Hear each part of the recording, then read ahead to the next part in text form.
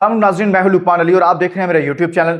नाजरीन, champions trophy में बुरी परफॉर्मेंस के बाद, शर्मनाक परफॉर्मेंस के बाद पाकिस्तान क्रिकेट बोर्ड इजलास पर इजलास कर रहा है, मीटिंग पर मीटिंग हो रही है और सर जोड़कर बैठा है। आज T20 टीम के तब्दीली के बाद वनडे टीम को भी तब्दील करने का फैसला कर लिया गया है। बड़े बड़े नामों पर, बड़े बड़े सुपरस्टार्स पर रंदा फेर दिया गया है और पाकिस्तान क्रिकेट बोर्ड ने फैसला कर लिया है कि वो सुपरस्टार कल्चर जिसने पाकिस्तान क्रिकेट को तबाह कर दिया है, उससे जान छुड़ाने का फैसला कर लिया गया है। मैं आपके सामने रखूंगा कि वनडे टीम में भी बहुत बड़ी तब्दीलियां की जा रही हैं, कप्तान के हवाले से भी और साथ में जो बाकी प्लेयर्स और कुछ बॉलर्स हैं इनकी छुट्टी होने जा रही है। कौन कौन इसमें शामिल है जिनको ओडीआई टीम से भी निकाला जा रहा है। पहले मैंने आपको खबर दी कि T20 टीम के हवाले से तब्दीलियों पर गौर किया जा रहा है और मैंने अब डिटेल भी आपके सामने रखी कुछ वीडियोस में, लेकिन आज मैं आपको बता रहा हूं कि वनडे टीम पर भी ऑपरेशन का आगाज कर दिया गया है। Enough is enough. Pakistan cricket board ने इस हवाले से बहुत बड़ा फैसला किया है जो डिटेल में आपके सामने रखूंगा।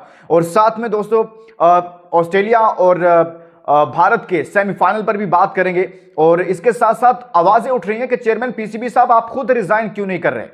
साबिक क्रिकेटर्स कह रहे हैं किसी क्रिकेटर को चेयरमैन पीसीबी होना चाहिए। मैं आगे बढ़ूं और आपको बताऊं कि दौरा न्यूजीलैंड को लेकर पाकिस्तान की वनडे टीम में क्या तब्दीलियां होने जा रही हैं और क्या मुस्तकिल तब्दीलियां होंगी।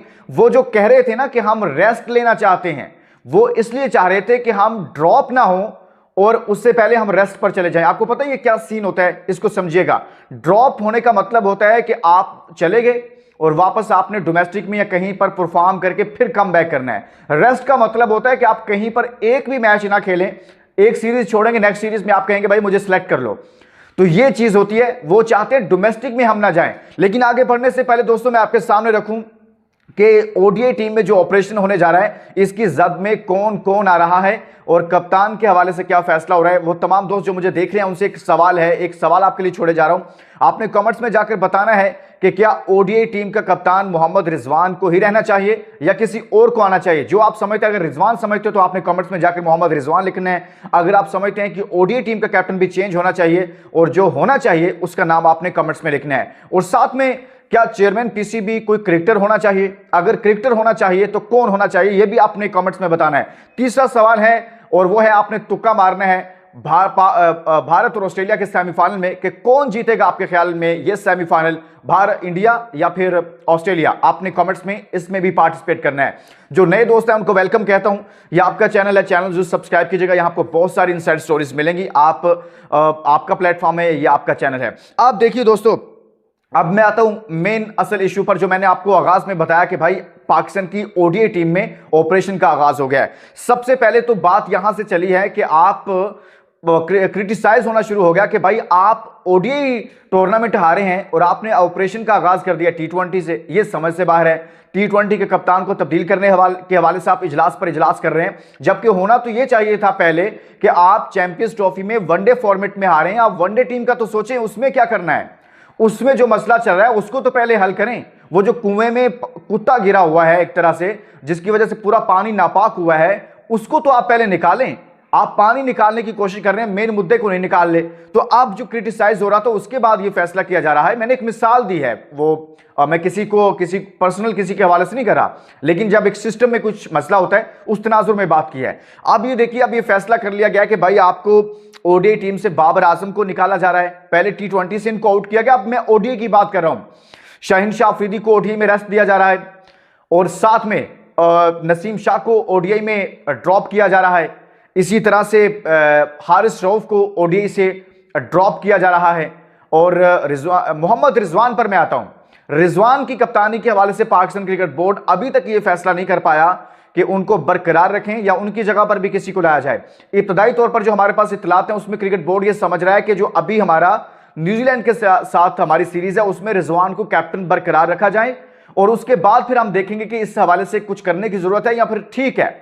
और T20 में चूंकि कैप्टन चेंज किया जा रहा है, ओडीआई में इसी कैप्टन को अब तक की इत्तलात के मुताबिक बरकरार रखा जा रहा है, लेकिन दौरा न्यूजीलैंड के बाद चेंजेस हो सकती हैं। लेकिन जो मेन लड़के मैंने आपको बताया जिनको आउट किया जा रहा है, हारिस रऊफ, नसीम शाह, शाहीन शाह अफरीदी, बाबर आजम और इसी तरह से उस्मान खान वगैरह को भी ड्रॉप कर दिया जाएगा। वापस जो आ रहे हैं उनमें अब्दुल्ला शफीक का नाम भी आ रहा है कि वो भी वापस आ रहे हैं। साइम अभी तक फिट नहीं है और साइम को अभी तक शामिल नहीं किया जा रहा। फखर जमान भी अभी तक अनफिट हैं, तो लिहाजा कुछ साहबजादा फरहान के इतलात हैं कि उनको ओडीआई स्क्वाड का हिस्सा बनाया जा सकता है। इसी तरह से एक दो और लड़के हैं बॉलर्स में, मैंने आपको बताया हुआ है कि आकिफ जावेद उनको वापस ला जा रहे हैं, मोहम्मद अली को शामिल किया जाएगा, मीर हमजा को शामिल किया जाएगा। ये ओडीआई टीम में भी चेंजेस हो रही हैं, तो लिहाजा ये फैसला कर लिया गया है कि भाई इनफ इज इनफ। वो जो इन्होंने पत्ता खेला था ना कि हम रेस्ट ले लेते हैं, वो कह रहे हैं हम आपको ड्रॉप करेंगे। ड्रॉप का मतलब मैंने जैसे पहले बताया, बहुत सारे लोग ये साइंस को समझ नहीं पाते, इसलिए मैं थोड़ा रिपीट कर रहा हूं इस चीज को कि ड्रॉप होने के बाद आपको जाना पड़ता है डोमेस्टिक में, आपको वहां पर रन्स करने पड़ते हैं, बॉलर्स को विकेट लेना पड़ती हैं, फिर देखा जाता है कि इस टूर्नामेंट में या इस सीजन में इसने कितने विकेट ली और इसने कितने रन्स किए, और टॉपर्स को टीम का हिस्सा बनाया जाता है। यहां पर ये टॉप पर ना आए तो ये फारग हो जाएंगे।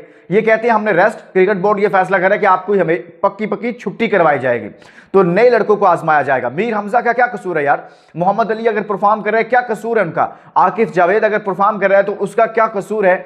आपके जो बाकी बॉलर्स हैं, साजिद खान है, क्या उनकी जगह नहीं बनती ओडीआई में? हमारी इत्तलात के मुताबिक साजिद खान को भी शामिल करने का फैसला किया। ये जो मैच हुआ है न्यूजीलैंड और इंडिया का, लास्ट मैच था ग्रुप में, इंडिया ने 4 स्पिनर्स की फौज के साथ दुबई में कंट्रोल किया, न्यूजीलैंड को आउट करके रख दिया। समझ नहीं आई कि उन्होंने किया क्या इनके साथ। तो आपके पास भी स्पिनर्स होते, आपको कहा गया था, वसीम अकरम साहब ने कहा था कि दुबई की कंडीशंस में, पाकिस्तान की कंडीशंस में आप स्पिनर रखें, लेकिन आकिफ जावेद साहब अपने आप को समझते हैं कि वो पाकिस्तान क्रिकेट के कोई बहुत बड़े साइंसदान है, जो वो कहते हैं वही होना चाहिए, इसके अलावा कुछ नहीं हो सकता। और पाकिस्तान को पहले राउंड में, पहले 4 दिन में बाहर करवाकर साहब आराम से मजे में बैठे हुए हैं। मोहम्मद हफीज साहब ने कहा था ना कि ऐसे लगता है जैसे पाकिस्तान की टीम किसी स्मगलर ने सिलेक्ट किया है और वो अब बड़े मजे में बैठा हुआ है। मुझे भी ऐसे ही लगता है यार, खुदा का खौफ करो। उधर दोस्तों आवाजें उठ रही हैं, वसीम अकरम साहब ने कहा था 5 से 6 लड़कों को फारिग करें, पहले मरहले में T20 से फारिग किया जा रहा है। मैंने कल की वीडियो में बताया था कि वसीम अकरम साहब की इस बात को मेरे ख्याल में चेयरमैन पीसीबी मोहसिन नकवी अहमियत दे रहे हैं, और वो अब ओडीआई में भी ऑपरेशन का आगाज किया जा रहा है। ये जो बड़े बड़े नाम है ना, इनसे जान छुड़ाने का फैसला किया गया है और नए लड़कों को मौका दिया जाएगा। और दूसरी चीज कहा जा रहा है कि भाई चेयरमैन पीसीबी खुद क्यों नहीं रिजाइन कर रहे? कुछ लोग कहते हैं उनका क्रिकेट से ताल्लुक नहीं, उनका स्टेडियम बनाना काम है। बड़ी बात है भाई, वो खुदा के बंदो। मोइन खान भी कहते हैं कि साबिक क्रिकेटर को, किसी क्रिकेटर को चेयरमैन पीसीबी होना चाहिए। जरूरी नहीं है, लेकिन चूंकि वो इंटीरियर मिनिस्टर हैं, मेरी अपनी ये राय है कि वो भाई उधर भी टाइम देते हैं। इधर तमाम मामलात उनके एडवाइजर के तौर पर वहाब रियाज साहब देख रहे होते हैं, और वहाब रियाज साहब जैसे उनको गाइड करते हैं वो वैसे करते हैं। हमारी इत्तलात के मुताबिक, ज़राए के मुताबिक ऐसा है, तो वो वहाब रियाज की जो एडवाइस होती है उसके मुताबिक तमाम तर फैसले करते हैं। अब ये जो सारा मामला है, इसलिए हम कहते हैं किसी प्रॉपर बंदे को होना चाहिए, जो फुल टाइम जॉब है उसके लिए फुल टाइम बंदा होना चाहिए, जो खुद ऑब्जर्व करे, जो खुद नए लड़कों को देखे, नीचे से लिस्ट बंद करना है कि भाई कल भी जो मीटिंग हुई है उसमें भी 3-4 लड़के ऐसे थे जो कहा गया कि टॉपर को हमने बुलाया है। अब टॉपर जो थे, डोमेस्टिक के परफॉर्मर जो थे, उनमें से 2 से 3 लड़के फिर मिस हो गए। तो जो लिस्ट बनाकर दी जाती है चेयरमैन साहब तो उनको देख लेते हैं, लेकिन इसलिए मैं कहता हूं कि भाई ऐसा चेयरमैन होना चाहिए जो खुद भी जाकर डोमेस्टिक में नीचे मैचेस को देख रहा हो, जिसको खुद भी पता हो कि हमारे नीचे 30, 35, 40 लड़कों के नाम उसे खुद भी आते हो, उनकी परफॉर्मेंस के मुतालिक वो खुद भी जानता हो। तो ऐसा चेयरमैन पीसीबी होना चाहिए। इसके साथ साथ दोस्तों जो सबसे अहम बात है वो है सेमीफाइनल इंडिया वर्सेस ऑस्ट्रेलिया। कल के जो मैच हुआ न्यूजीलैंड और इंडिया का, उसमें ऐसे लग रहा था दोनों टीमें, सोशल मीडिया पर चल रहा है कि दोनों टीमें ऐसे लग रहा था जैसे कोशिश कर रही हैं कि वो ऑस्ट्रेलिया से ना टकराएं। लेकिन अब चूंकि इंडिया ऑस्ट्रेलिया का मैच आ गया है और बहुत सारे लोग ट्रेविस हेड को लेकर कहते हैं कि भाई ट्रेविस हेड वर्सेस इंडिया है, लेकिन इंडिया टीम बहुत स्ट्रॉन्ग है, स्पेशली इन दुबई, और उनके पास स्पिनर्स भी हैं। लेकिन आपको पता है कि अभी जो हालिया मैचेस हुए उसमें ऑस्ट्रेलिया का पल्ला भारी रहा और इंडिया के खिलाफ स्पेशली, और ट्रेविस हेड को खतरनाक करार दिया जा रहा है। बहुत सारी मीम्स बन रही हैं, अब देखते हैं इस मैच में क्या होता है। लेकिन दोनों टीमें स्ट्रॉन्ग हैं, इंडिया को भी आप ये नहीं कह सकते साइडलाइन कर देंगे, लेकिन ऑस्ट्रेलिया ऐसी टीम है जिसके पास 4 से 5 उसके मेन प्लेयर्स नहीं है। उसका एक और ओपनर आउट हो गया इस टूर्नामेंट से। अब सारा मैच जो है वो ट्रेविस हेड पर पड़ा हुआ है, लेकिन वो एक ऐसी टीम नहीं है जिसके 2-3 लड़के इधर उधर होंगे तो पूरी टीम कोलैप्स कर जाती है। उसने इस टूर्नामेंट में साबित किया कि उनके 4 मेन प्लेयर्स और बॉलर्स इस टीम में नहीं थे। पैट कमिंस उसमें नहीं था, और जो मुसलसल उनकी कप्तानी कर रहा था, उसके बावजूद उन्होंने आउट क्लास कर दिया, आउटस्टैंडिंग परफॉर्मेंस दी है। क्या परफॉर्मेंस दिया, उन्होंने कहीं पर फील नहीं होने दिया। यही ऑस्ट्रेलिया की खूबी है कि वो क्रिकेट को ऐसे खेलते हैं कि क्रिकेट की जो क्लास होती है ना, क्लास की जो क्रिकेट होती है, जो क्वालिटी क्रिकेट होती है ना, वो हमें नजर आती है। उनका इंटेंट ऐसा होता है, वो इस तरह गेम खेलते हैं। ये नहीं खेलते कि आधे ओवर्स डॉट बॉल खेल जाएं, 27 ओवर्स 25 ओवर्स डॉट बॉल खेल जाएं। तो पाकिस्तान टीम में डॉट बॉल, टुक टुकर्स, एक तो होता है ना टिकटॉक, यहां टुक टुक स्टार्स आगे हुए थे और ये बेड़ा गर्क किया है मिसबाह उल हक साहब ने। पाकिस्तान टीम का जो एक, पहले ही हम 90 की क्रिकेट खेलते हैं, लेकिन मजीद उस दौर में बेड़ा गर्क हो गया कि हमने मजीद जो हमारे टॉप ऑर्डर था उसने डॉट बॉल खेलने का ट्रेंड शुरू कर दिया। तो इससे जान छुड़ाने का टाइम शुरू हो गया है और पाकिस्तान क्रिकेट बोर्ड दौरा न्यूजीलैंड को लेकर इन बड़े सुपरस्टार से इनको फारिग करने का फैसला कर रहा है। होना भी चाहिए ना यार, बस बहुत हो गया। आप लोग भी नहीं सोचते कि इतने सारे टूर्नामेंट्स, फिर कहते हैं बैकअप नहीं है। लास्ट वीडियो में मैंने कहा भाई आप किसी को मौका दोगे तो बैकअप बनेगा ना, किसी को चांस मिलेगा तो बैकअप बनेगा। आप बेड़ा गर्क कर रहे हैं बैकअप का भी। उनका क्या कसूर है जो डोमेस्टिक में परफॉर्म करते हैं? क्या उनका राइट नहीं बनता, उनका हक नहीं है, वो पाकिस्तानी नहीं है, उनको चांस नहीं मिलना चाहिए? वो इंतजार कर रहे हैं और ये साहिबान है टूर्नामेंट पे टूर्नामेंट हारते हैं। पता है कितने हारे हैं? 7 आईसीसी के टूर्नामेंट्स हैं अभी। ये जो किंग और सुपरस्टार्स, मैं किसी की जात के खिलाफ नहीं हूं, लेकिन हमें कुछ करके भी तो दिखाए ना। माजी में क्या इंजमाम जाकर डोमेस्टिक नहीं खेलते रहे? क्या वसीम अकरम, वकार यूनुस ने, मैंने अभी बताया फर्स्ट क्लास में उनके 8-8 हजार ओवर्स हैं। इनके कितने ओवर्स हैं? 1500, 1200, 900, 300 ओवर्स हैं इनके फर्स्ट क्लास में। क्या ये नहीं खेल सकते? वो फ्लाइट से उतरते थे, टूर से आते थे वापस और सीधा जाके कोई मुख्तलिफ बैंकों की तरफ से जो टीमें होती थी, मैं नाम नहीं लेता, उनकी तरफ से खेल रहे होते थे, कोई रेलवे की तरफ से खेल रहा होता था, कोई पीआईए की तरफ से खेल रहा होता था। तो सब लोग कहीं ना कहीं जाकर फौरी तौर पर अपनी टीमों के साथ खेलते थे और डोमेस्टिक में परफॉर्म करते थे। मैंने एक वर्ड यूज किया, वो मजदूरों की तरह काम करते थे। ये सुपरस्टार्स हर वक्त एडवर्टाइजमेंट, इश्तिहारात, टीवी इश्तिहारात और इधर उधर काम कर रहे होते हैं, बस कोई और चक्कर ही नहीं है।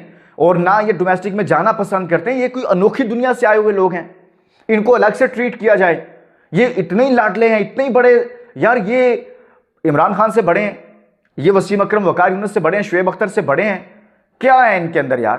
कौन से टूर्नामेंट्स हैं जो इन्होंने आपको आउट ऑफ बॉक्स जितवा कर दे दिए हैं? तो बस बहुत हो गया यार, जो किया है इनका शुक्रिया अदा करें। और इसके साथ ही दोस्तों इजाजत दीजिए और अपना बहुत सारा ख्याल रखिए, इस वीडियो का ख्याल रखिएगा। अल्लाह हाफिज।